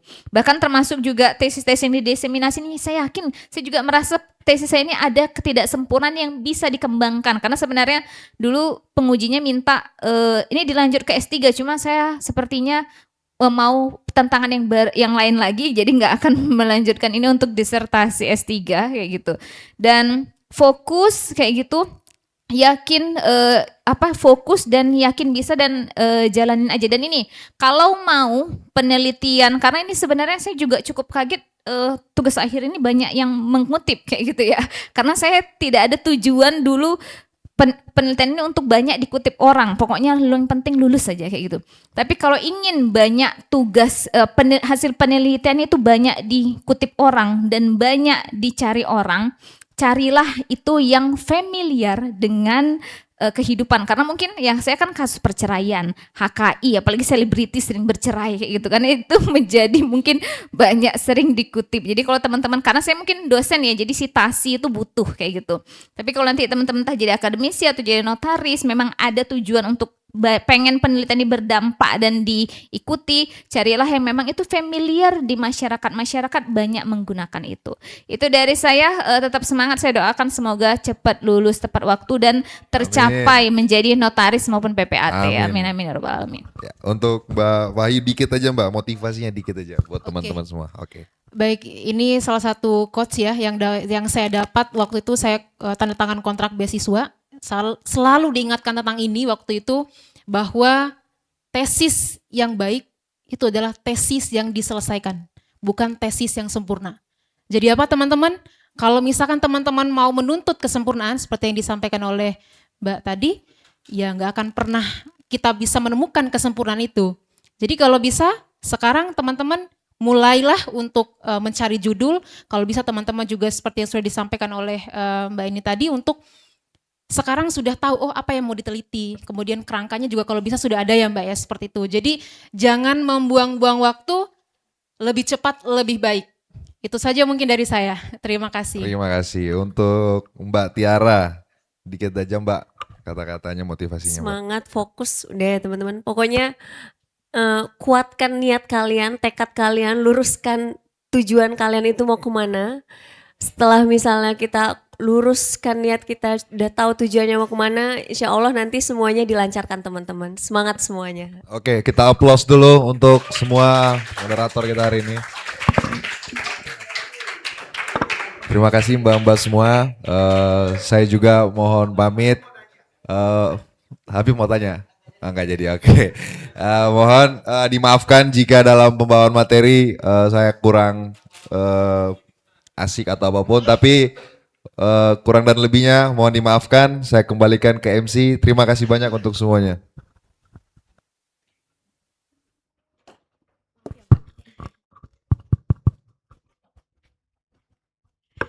Alhamdulillah kami ucapkan terima kasih kepada Bapak Muhammad Mahathir yang telah memandu jalannya diskusi dengan sangat baik dan interaktif, dan tentunya apresiasi setingginya juga kami berikan kepada para diseminator atas pemaparan materinya yang sangat luar biasa tadinya. Kami persilakan kepada moderator dan diseminator jika ingin kembali ke tempat, dan mari kita beri tepuk tangan yang meriah untuk moderator dan diseminator kita pada hari ini.